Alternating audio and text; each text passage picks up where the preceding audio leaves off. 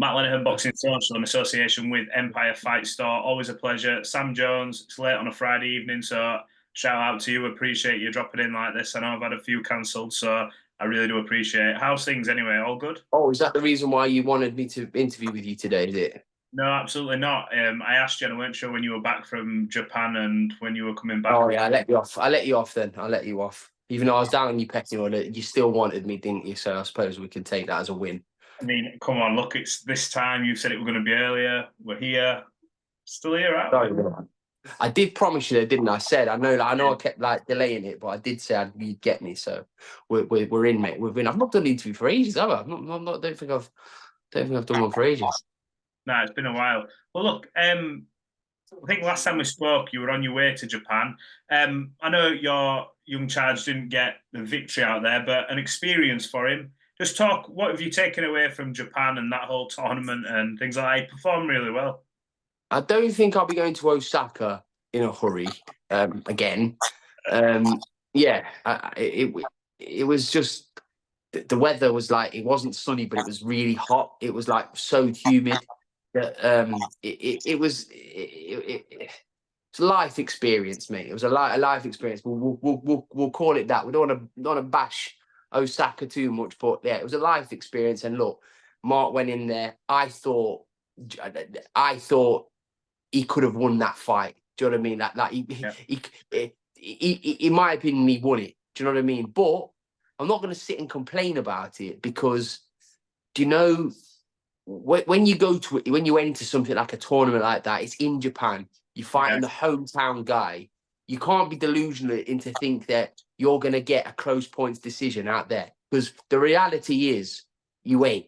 Do you know what I mean? So I know people will be expecting me to say, oh, Sam's going to cry Robert. No, not at all. I just think that Marc won the fight, but at the end of the day, he didn't stop the guy, which is what he essentially had to do out there to get the win. But I am really proud of Marc's performance. Genuinely, I'm so proud of Marc's performance, because I think for someone to fight a guy like that in his 7th fight, and to listen, Marc broke his rib in the 2nd round. So for Marc to break his rib in the 2nd round and continue to box in the way that he did, with the heart that he showed, Marc's going to be a champion. So I was really proud of him. Not going to complain about the result, because it just is what it is. That you're not winning out there against the hometown Japanese guy with 3 Japanese judges. You ain't winning on points, and you'd be delusional to think otherwise. So good luck to Take Sako. He's a lovely man as well. I hope he goes on to do really well in that tournament. 100%. And Marc will come again. It's all part of his learning. Absolutely, mate. Absolutely. Listen, roll the dice. He rolled the dice to try and change his life. Unfortunately, it never happened this time, but Marc's a great fighter, and he will learn a lot from that experience. 100%. Look, whilst you were over there and obviously en route back in transit, I don't know what you saw in terms of Jaron Boots Ennis, but did a job on David Avanesian. No, I watched it. I watched the whole fight. What do you think? I just think Jaron Ennis is seriously special. I can remember when Eddie posted that he had signed him, and I was excited, because I thought, God, we're going to see more of this guy. Because I think a lot of the problem with Jaron Ennis would already be a superstar if he had been pushed correctly. And now it's kind of, he's arrived a little bit late to the party. I know he's not an old guy, but he's arrived a little bit late, and now he's getting the push he deserves. And like, you only got to see what happened in Philadelphia. I think, what did he sell? 16,000 tickets or something like that. 16,000 tickets, homecoming. Do you know what I mean? He's been out the ring a year, and it just shows how big this guy's going to be. And let's be honest, David Avanesian is no mug, right? He's no mug whatsoever, but he took a systematic beating in there, right? And I'm so impressed with Boots. I think he's marketable. I think he's a good person as well. The way he comes across, he's not an arrogant guy. He doesn't give it all this. I think he's just a special fighter, and I think that hopefully now with a promoter like Eddie and Matchroom backing him on the DAZN platform, he's going to become the star that everybody believes he will become. Obviously, Terence Crawford's got a fight coming up against Israel Madrimov, which is a terrific fight on August the 3rd. Great fight. But if you had to pick, say Terence comes through and look, we don't know he will. A lot of people assume it is, but Madrimov's a terrific fighter. Would you rather see Crawford Boots or Crawford Canelo? I would much rather see Canelo against Benavidez and Crawford against Boots. Because I think that, I mean, I know people think I'm nuts, but I think Crawford would beat Canelo. I do actually think that. But I think that Canelo beats Benavidez. Do you understand what I mean? Yeah.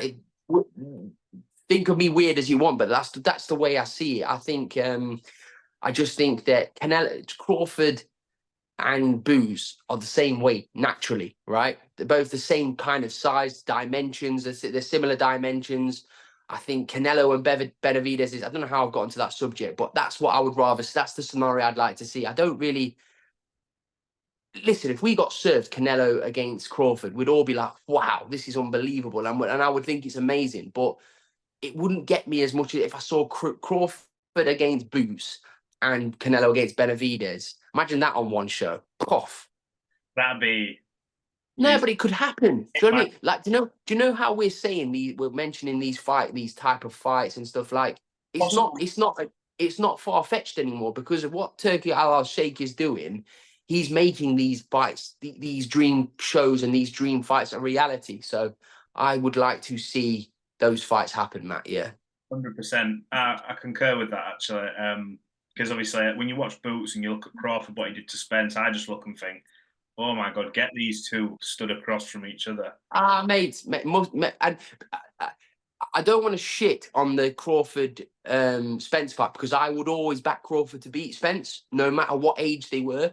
I just think that Spence was a little bit past his time there. But I think that Crawford's now at the peak of his powers, right? Unless he's got old overnight, which I doubt, because I know he takes care of himself. So you've got Crawford there, pound for pound number one, or arguably pound for pound number one. Well, definitely in the top 2 or 3, yeah? Against this contender that everyone's like dubbing to be the next superstar. So it's mouth-watering fight, that is. Crawford against Boots.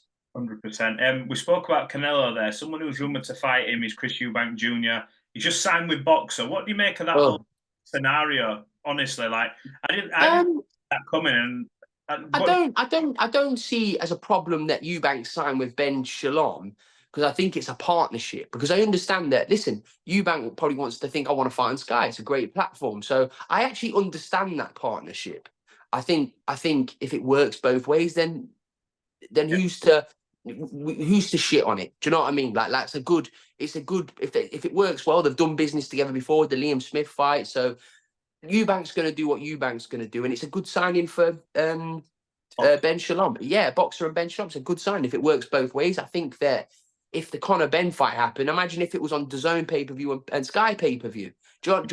It's great for boxing, isn't it? So if that's the way it happens, I don't think it pushes away the Conor Ben fight because I know people talk about Conor Ben and what that, but that fight's still the biggest fight for both men. It's an enormous fight which I still want to see.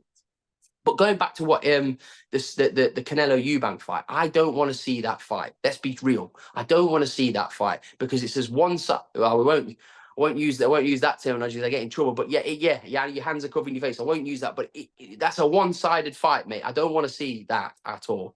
Yeah, I was speaking to Eddie the other week, and he said he gets absolutely battered in that fight. But he gets beat up. He just gets absolutely cooked and served, and salt sprinkled on him. Like he's just fucking. It's just he's gonna get beat up in that fight. But you can understand why he obviously looks at that. What is he, 34 now, and goes, where does he go? I know he spoke about comeback fights according to Eddie, but Canelo's top of the tree. You can understand from him. I get it, and like I tell you what, fight I would much prefer to see Canelo against Eubank than Eubank against one of the other Charlo brother. Yeah.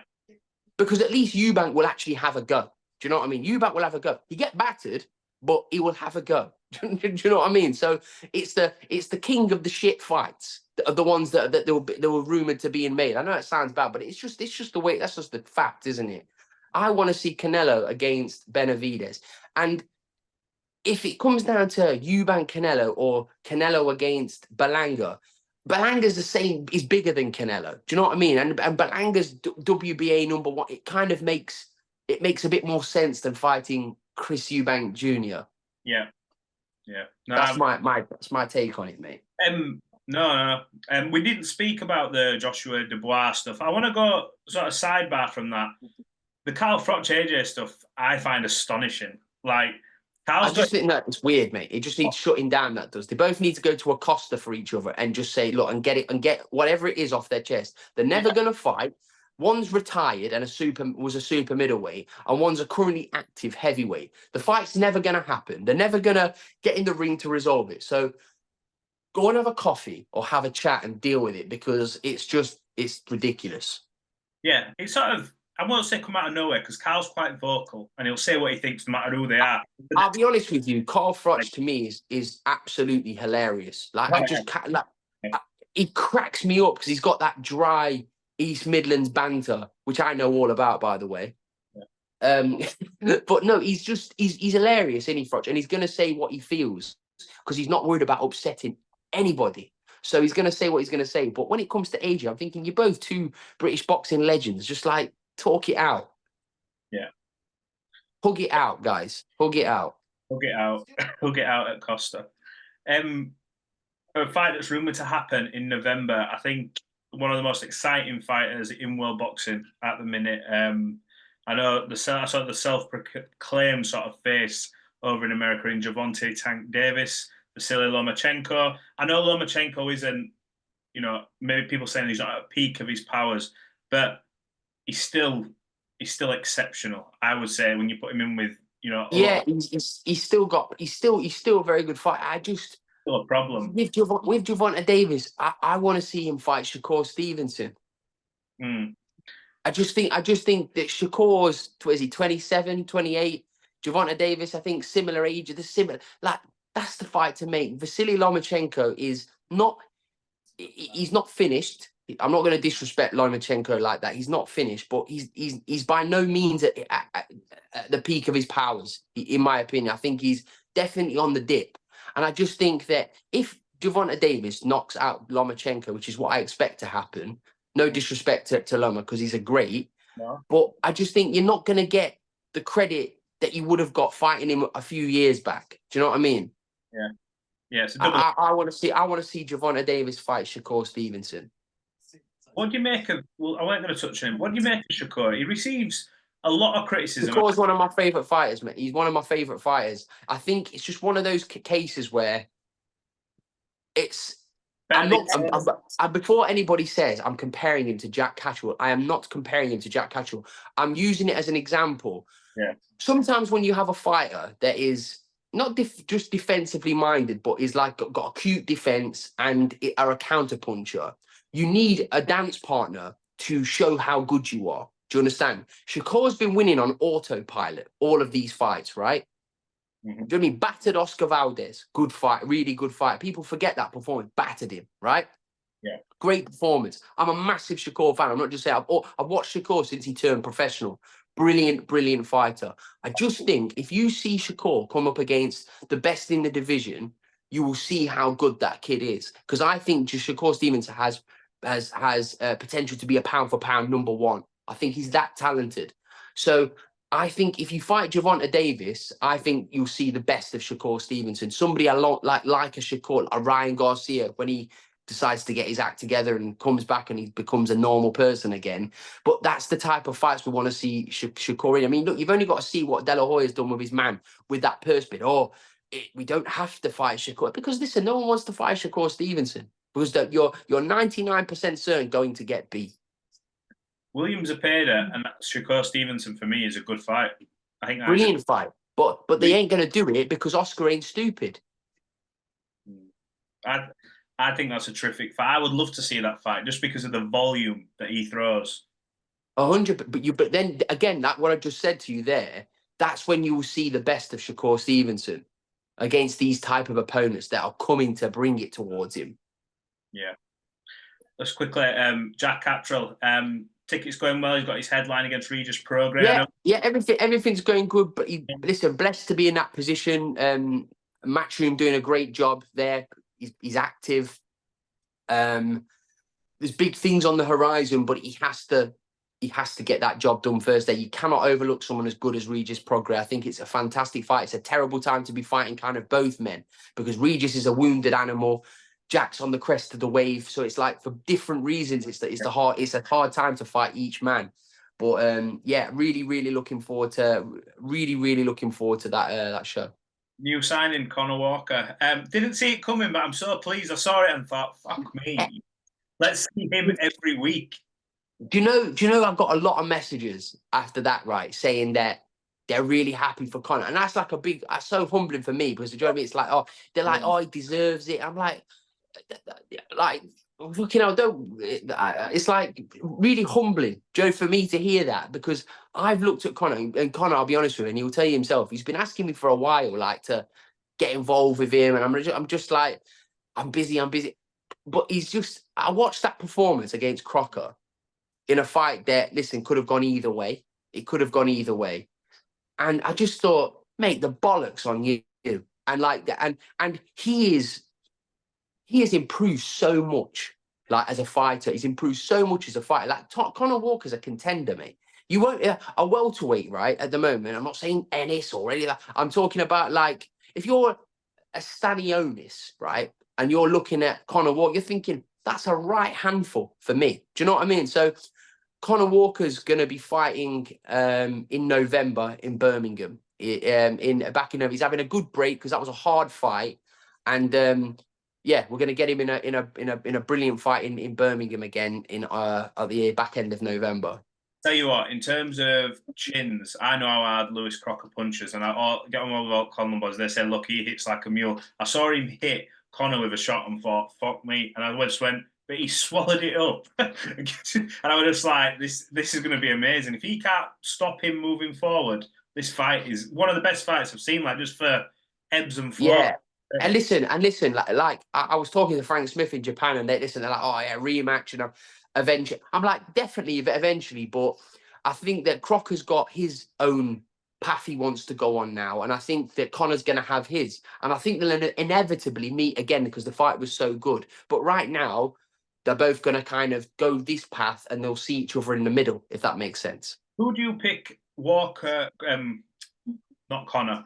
One side for a minute. Lewis Crocker, Paddy Donovan. What's your take on that? I think that Lewis Crocker would beat him.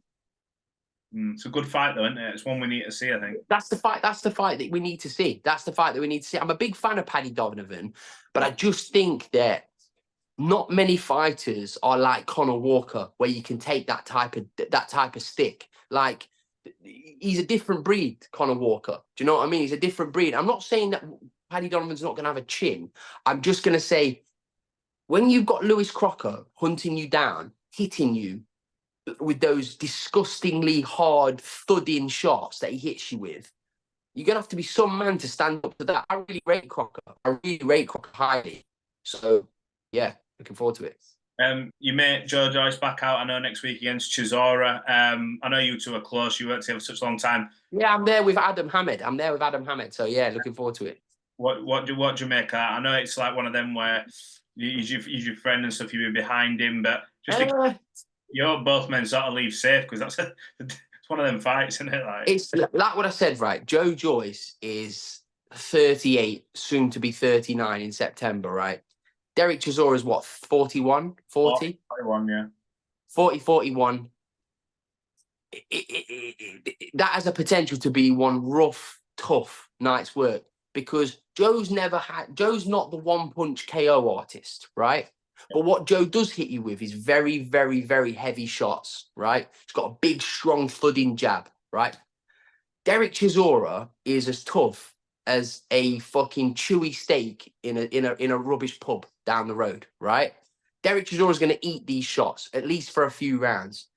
It's not going to be one of those fights where it's going to be over in 3 rounds, in my opinion. Could be wrong. So before people fucking get this video out and say, oh, look at Sammy, got it wrong. But from my experience with Joe and looking at Derek throughout the years, this is going to be a long, hard, horrible, grueling fight.